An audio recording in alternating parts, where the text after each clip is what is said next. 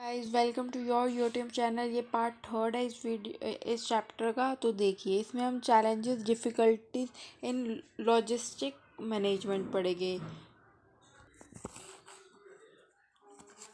Logistic management पढ़ेंगे, ठीक है।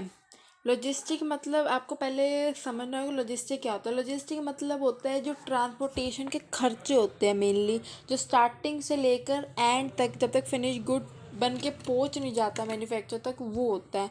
वो सारी मैनेजमेंट होती है जो ये चीज़ सारी संभालती है, ठीक है। वो होती है लॉजिस्टिक मैनेजमेंट।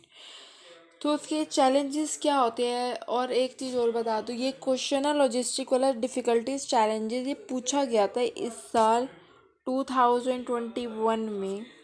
ओके। ये एमडी यूनिवर्सिटी का क्वेश्चन है जो पूछा गया था। तो देखिए, complex in nature. Complex in nature क्या होता है, क्यों कॉम्प्लेक्स है? Domestic more complex in comparison. ये पता है कॉम्प्लेक्स क्यों है? अगर ट्रांसपोर्टेशन कॉस्ट, अगर ये ना लॉजिस्टिक मैनेजमेंट होती है जब अपने कॉस्ट को कंट्रोल करने का भी काम करती है। अगर प्रोडक्ट की कॉस्ट, ट्रांसपोर्टेशन की कॉस्ट ज़्यादा आती है ना, तो वो कॉस्ट प्रोडक्ट की कॉस्ट में ऐड होता है, तो प्रोडक्ट का प्राइस ज़्यादा करना पड़ता है एज़ कम्पेयर टू कॉम्पिटिटर।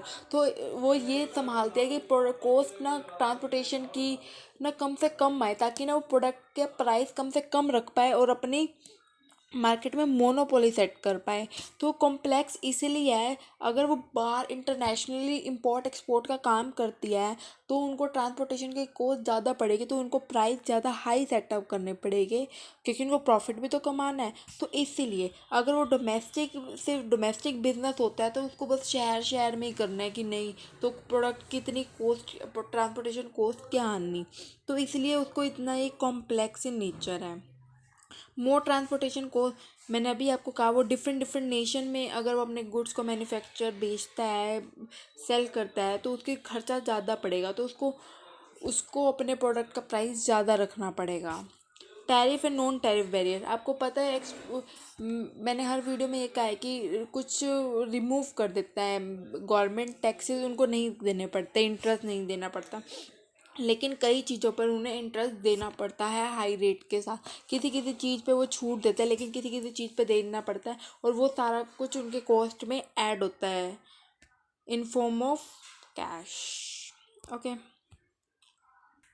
और देखिए, country risk and political risk. Country risk और पॉलिटिकल रिस्क क्या होता है, ये आपने उसमें पढ़ रखा है कि कंट्री रिस्क क्या होता है। ग्लोबल माइक्रो लेवल का रिस्क होता है, बहुत बड़े लेवल का पॉलिटिकल, और पॉलिटिकल माइक्रो दोनों लेवल का, मैक्रो माइक्रो दोनों लेवल का रिस्क होता है।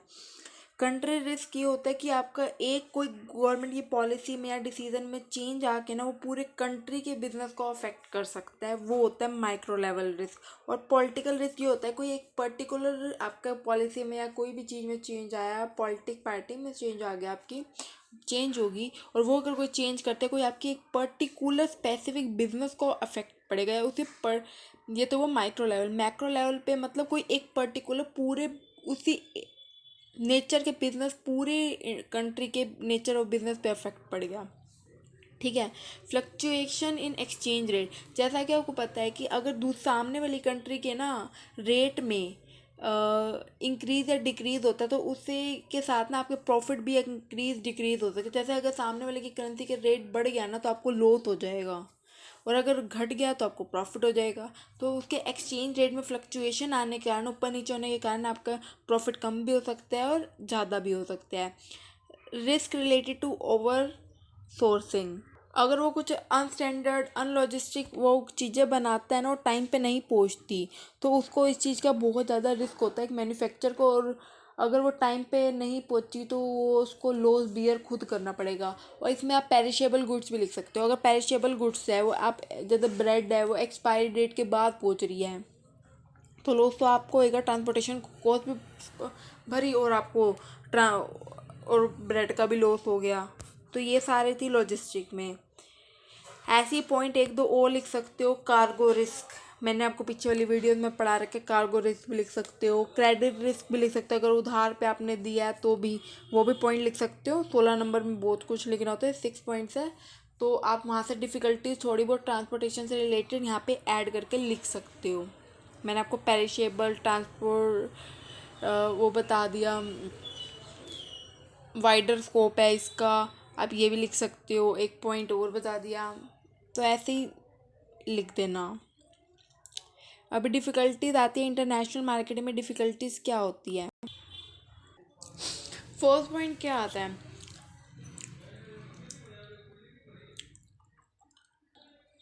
देखिए difficulty in consumer taste and preference. जैसा कि आपको पता है टाइम टू टाइम ना कंज्यूमर के टेस्ट प्रेफरेंस चेंज, उसके टेस्ट में, कंज्यूमर के टेस्ट में हर चीज़ में चेंज आने लग जाता है। जैसे मार्केट में कोई नई चीज़ आती है, वो कहता है नहीं मेरा ना पहले वाली चीज़ छोड़, अब आप पुराने कपड़े थोड़ा डाल लगे, नए फैशन आता तो नए ट्रेंड के कपड़े नहीं लेते कि नहीं हम तो ये वाले डाले। भाई पुराने कपड़े भी सारे संभाल के रखते हैं, फेंक नहीं देते नए ट्रेंड के आने के चक्कर में।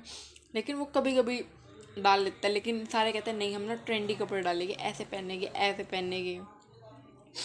ठीक है, तो उसके चेंज में ये डिफ़िकल्टी हो जाती है इंटरनेशनल मार्केट में, क्योंकि उन्होंने इतनी प्रोडक्शन करके बल्क में स्टोर करके रख लेते हैं वो, तो कि नहीं हम इतना टारगेट तो अचीव कर लेंगे, लेकिन उसी टाइम में कॉम्पिटिटर को जो नया चीज़ ले आता है मार्केट में। अनसर्टेन गवर्नमेंट पॉलिसीज, जैसा कि आपको पता है गवर्नमेंट पॉलिसी अनसर्टेन है। हम गवर्नमेंट हमसे पूछ के थोड़ा कहेगी कि नहीं मार्केट राज्य है तब हम कुछ नई पॉलिसी लॉन्च करते हैं, नहीं ना। वो अपने अकॉर्डिंग मार्केट को देखते हुए रिक्वायरमेंट के अकॉर्डिंग वो कुछ ना कुछ नई पॉलिसीज बनाती रहती है लॉन्ग रन के लिए, जिससे मतलब लोगों का ही भला हो पाए। तो इसलिए अनसर्टेन है, कुछ नहीं पता कौन सी स्कीम नई लागू कर देती है, हमें नहीं पता भाई, तो इसलिए वो अनसर्टेन है। ब्यूरोक्रेटिक हर्डल्स क्या होते हैं, पेपर वर्क होते हैं, डॉक्यूमेंट। अगर आपके डॉक्यूमेंट क्लियर नहीं है पूरे अच्छी तरीके से, तो भी आपको इंटरनेशनल बिजनेस करने में दिक्कत आ सकती है। ओके, नेक्स्ट आता है फॉरेन एक्सचेंज फ्लक्चुएशन। मैंने भी ऊपर बताया, अगर आपके कोई फ्लक्चुएशन हो रही है आपके एक्सचेंज रेट में, आपके पैसे आपकी करेंसी ऊपर नीचे हो रही है, इससे आपको लॉस भी हो सकता है, प्रॉफिट भी हो सकता है। अपोजिशन और डोमेस्टिक मैन्युफैक्चर। अपोजिशन मतलब आपको अपोज कर रहे हैं, अपोजिट मतलब आपके पीछे खड़े हो गए। इंटरनेशनल बिजनेस, अगर बड़ी बड़ी कंपनी आके आपके कंट्री में सेटअप हो रही है, वो सस्ते में माल बेच रही है और आपको लॉस हो रहा है उससे, तो आप तो जाओगे ना उसके खिलाफ खड़े होगे, भाई ये काम नहीं होगा, इतना रेट सेट कर, हम नहीं बेच पा रहे तेरे चक्कर में। वो तो अपोज करेगी, हड़ताल पे उतरेगी, हम नहीं कर बेच देते तेरे को ये प्रोडक्ट वो प्रोडक्ट, ऐसे करते करते। ठीक है, टेक्नोलॉजी से क्या, जैसे आपको पता है ग्लोबल बार की कंपनी यहाँ के सेटअप करी है, वो बहुत एक एडवांस नेशन है, लेकिन अब इंडिया भी डेवलप हो रहा है, डेवलपिंग है वो। तो इसलिए ना उसके पास अभी वो ये इस रास्ते पे डेवलप के रास्ते पे चल रहा है, अभी हुआ नहीं है, डेवलपिंग है, ING आता है, इंग्लिश पढ़ते हो तो आप, तो अभी काम हो रहा है। तो इसीलिए वो बाहर की कंपनी यहाँ आके पैसा लगा रही है, तो अच्छी अच्छी टेक्नोलॉजी ला रही है जिससे उनकी कॉस्ट कम आती है, ये सब होता है। तो डोमेस्टिक मैन्युफैक्चर इसलिए अपोज करते हैं कि नहीं हमारे को तो इतनी महंगी प्रोडक्ट पड़ता है, कॉस्ट पड़ती है, तो ये इतने सस्ते में बेच रहे हैं, तो इसीलिए। आई होप तो आपको ये पॉइंट क्लियर होएंगे।